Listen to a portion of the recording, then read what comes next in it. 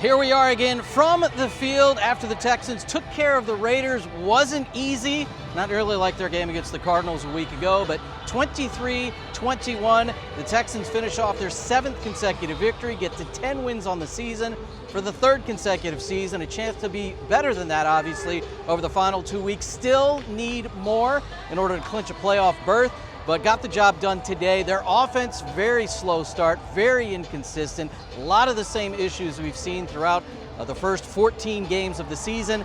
And then the fourth quarter happened. Texas had a long drive to put a touchdown on the board, helped out by 2 penalties. One of those created by Nico Collins. Nice touchdown pass from C.J. Stroud to Dalton Schultz. Wonderful play call there. Trying to balance out a not very well called play sheet use from Nick Caley. We'll get into that a little bit, but you went up 9 points there. Raiders went down and scored a touchdown as well, so it was right back to a 2-point game, and they never got the ball back. Texans were able to put a second long drive together. They actually had the ball for over 11 minutes in the fourth period on just 2 drives. They limited the Raiders to only 4 possessions in the second half because they did that. And obviously it helped because the Raiders put 2 touchdowns on the board. Ashton Jeanty was awesome today. Very tough to bring down. You're going to hear that from Danielle Hunter and Will Anderson, among the players we talked to on the defensive side of the ball. The 2 big touchdowns for him. Just flat out beat Henry To'oTo'o down the sideline, was able to run through a Miles Bryant tackle with a 60-yard touchdown reception. And then he ran through a glut of players at the line and then threw another Miles Bryant tackle on his 51-yard run. 188 yards through that point in the game. But again, that was it for the Raiders offense. His best game of the year comes in a Raiders loss, their 13th of the season.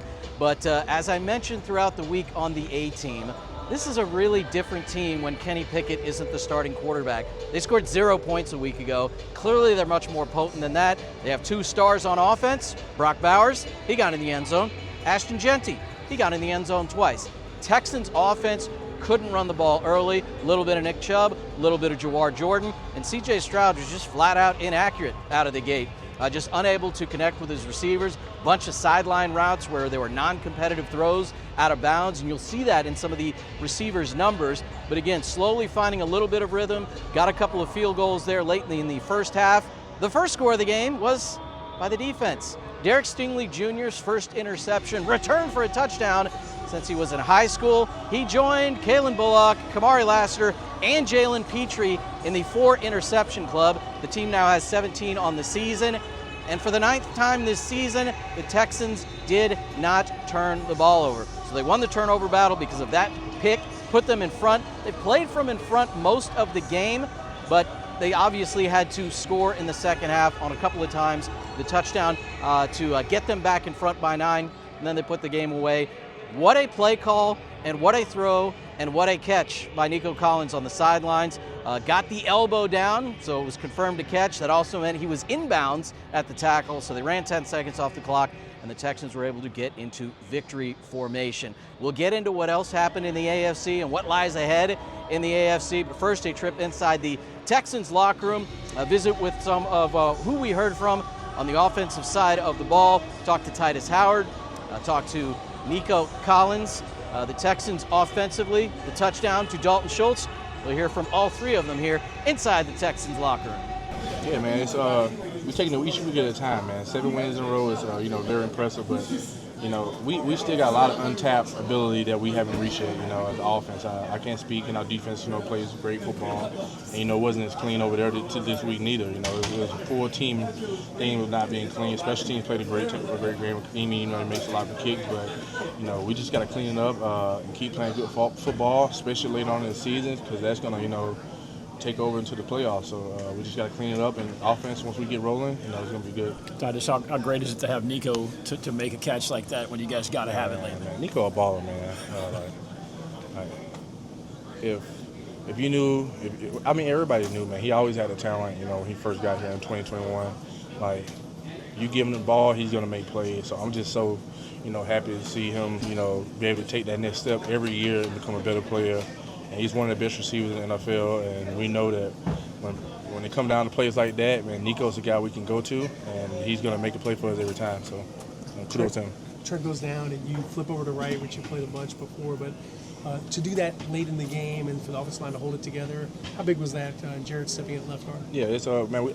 I've been preparing for that moment, every week. Even though I've been playing guard, I'm always taking tackle reps because I know at any given moment, I got to go back out there and I got to be ready. So that's something I'm prepared to do.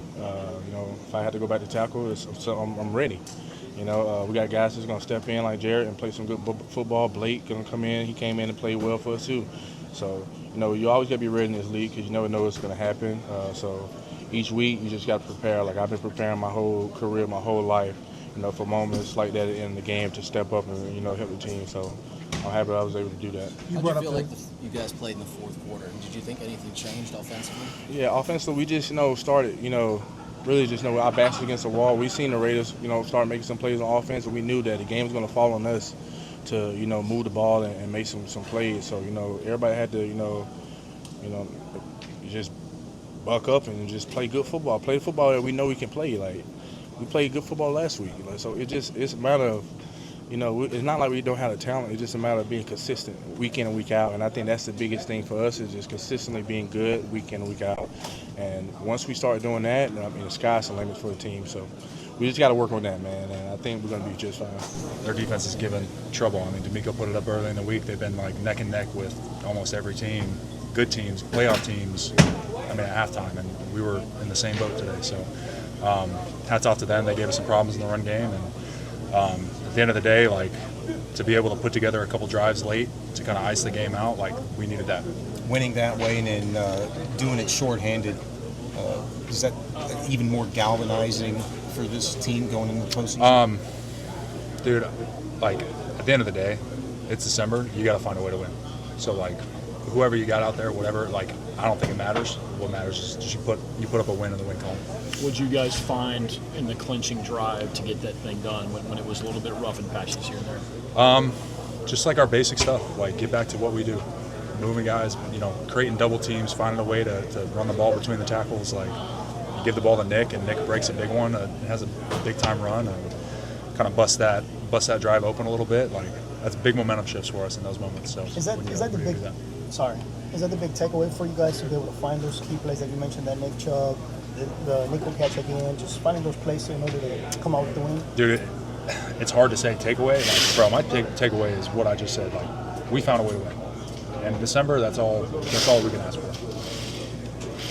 How nice is it to have Nico make a play like that when you got to have it on the sideline? Yeah, dude.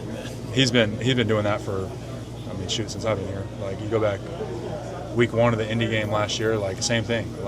Needed a first down to kind of ice that game. Him and CJ on the sideline making it happen. So that's all he does, man. Nico's a baller. I don't think he gets enough credit, enough love.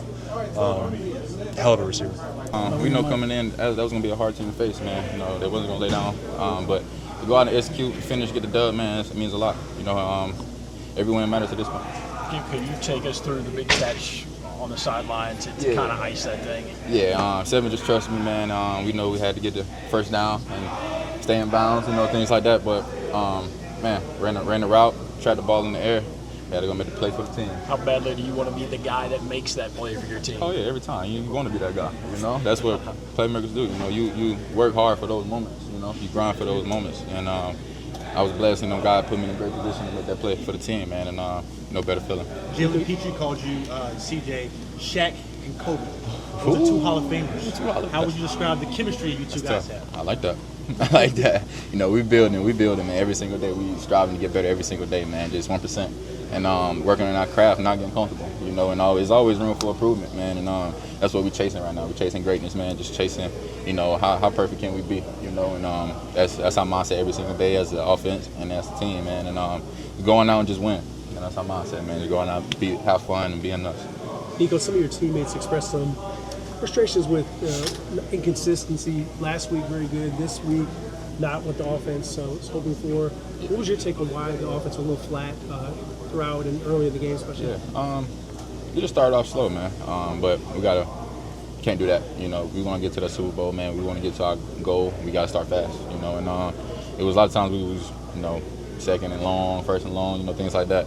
Like I was, man, they Vegas defense, man, it was great.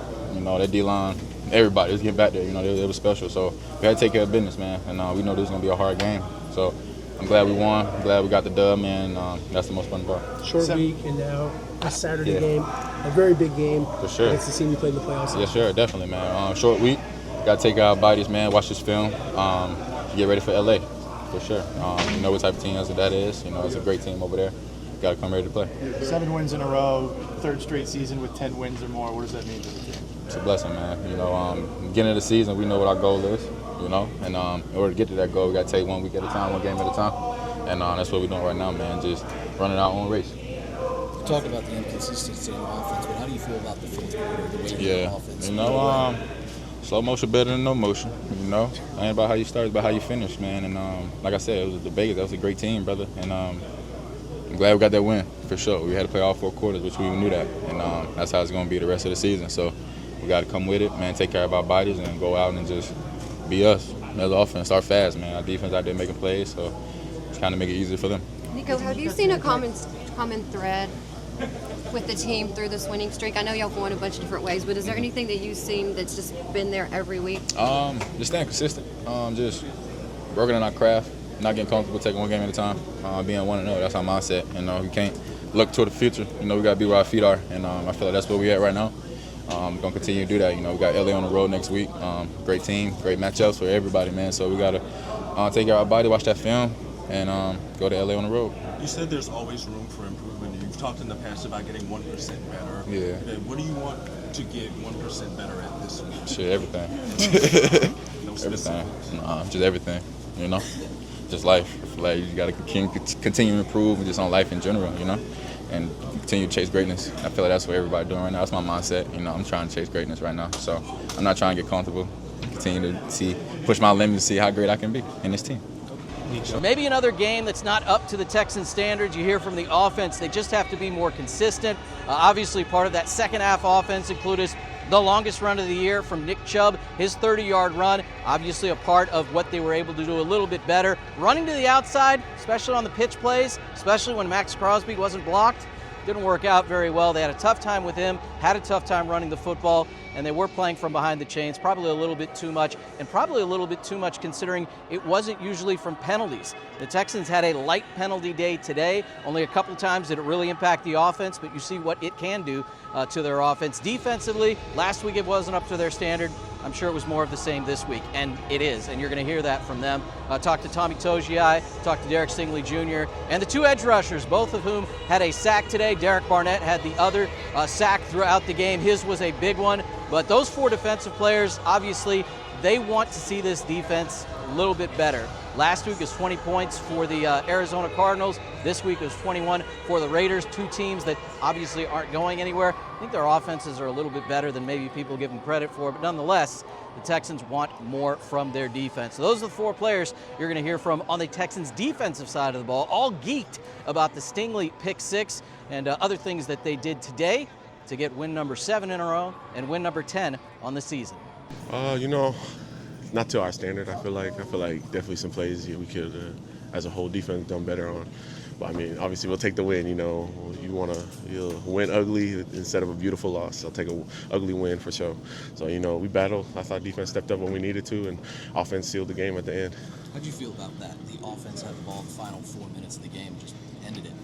You know, we always got confidence when the offense go out. So you know, and it was good to see them moving the ball in the fourth quarter. I think they had, took like 5 minutes off the clock at the end there. So, you know, it was a huge drive for us and to ultimately, seal the game. They get that touchdown, you guys come back right away with the 3 and out on the next drive.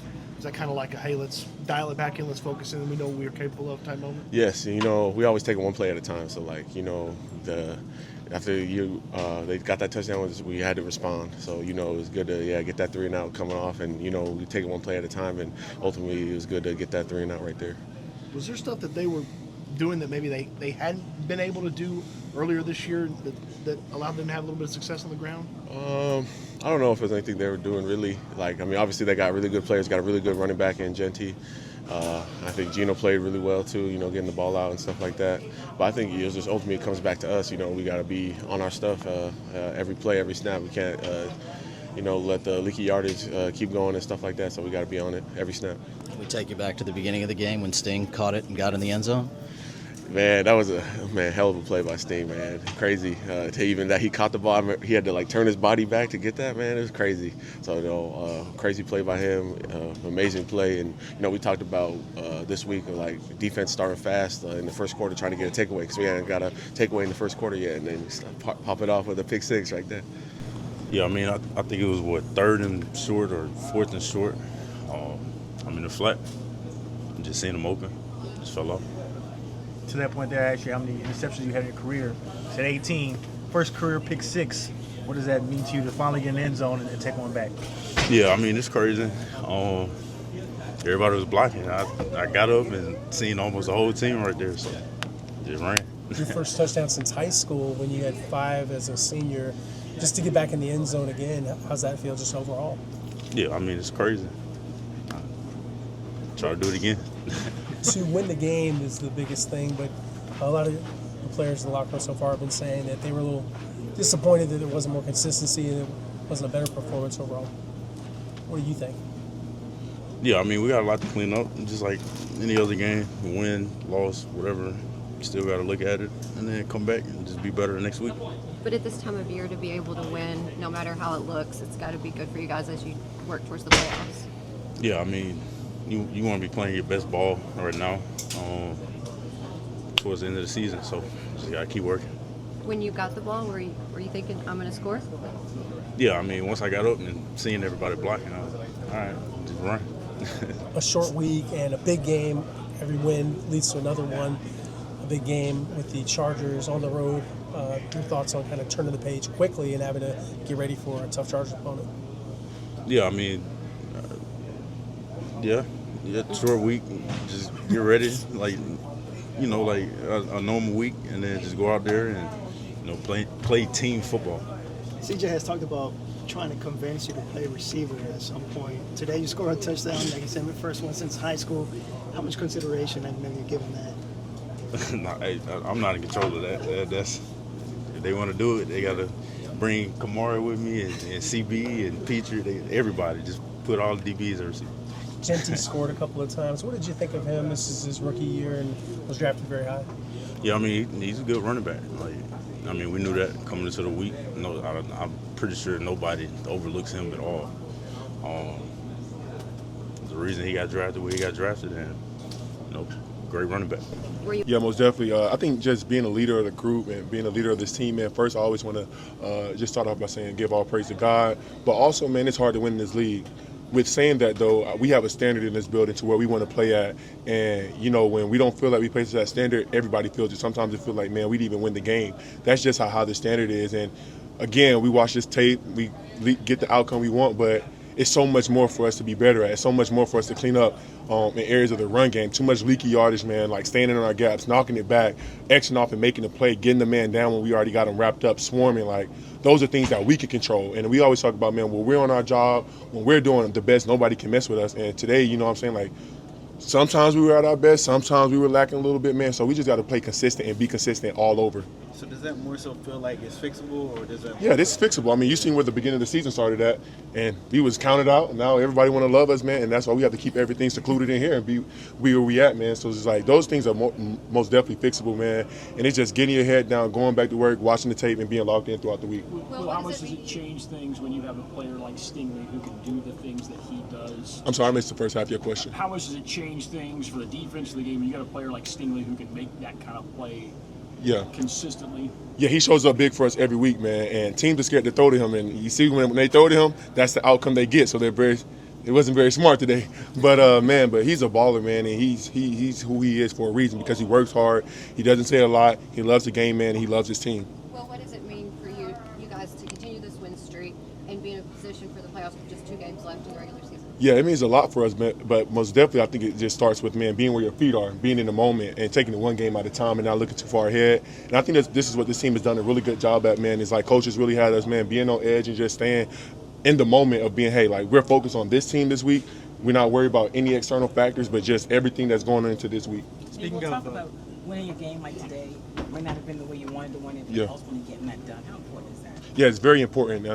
I mean, you see the league, man. It's a tough race right now, man. It's like some teams keep winning, some teams keep losing. Then you look up another team winning. So man, it's like at the end of the day, it's all about us. It's all about what the Texans are doing, how we're handling our situations, man, and how we win in these games. We just got to stay focused, keep playing great ball, man, and playing to our standard. Speaking of being in the moment, D'Amico Ryans became the first coach in Texas history to win 10 games in each season. You were a part of that, coming in together with him. Yeah. Knowing how hard it is to win this league, just how impressive is that? Yeah, man, that's just a testament to him. You know what I'm saying? Like him and the coaching staff and Nick and the McNairs, man, just getting the right people in the building. But I would just say, man, he brought an unbelievable culture to the Texans, man.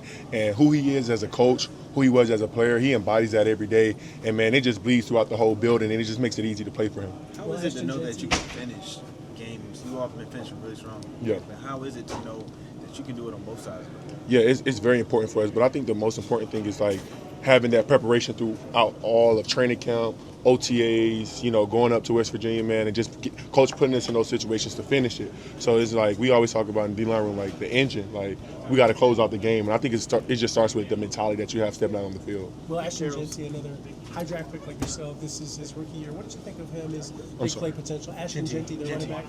I've never been in the game and actually stopped and was like, dang, like this man's a dog. Ton of respect for him, man. He's going to be a really good player in this league. Tough back, tough runner, hard to bring down, man. So he's going to do a lot of great things in this league. I have a ton of respect for him. Short week, now you got to turn the page to the Chargers, play against Herbert, go to the West Coast on a short week. What do you think what are the keys to you locking in and getting ready for another one?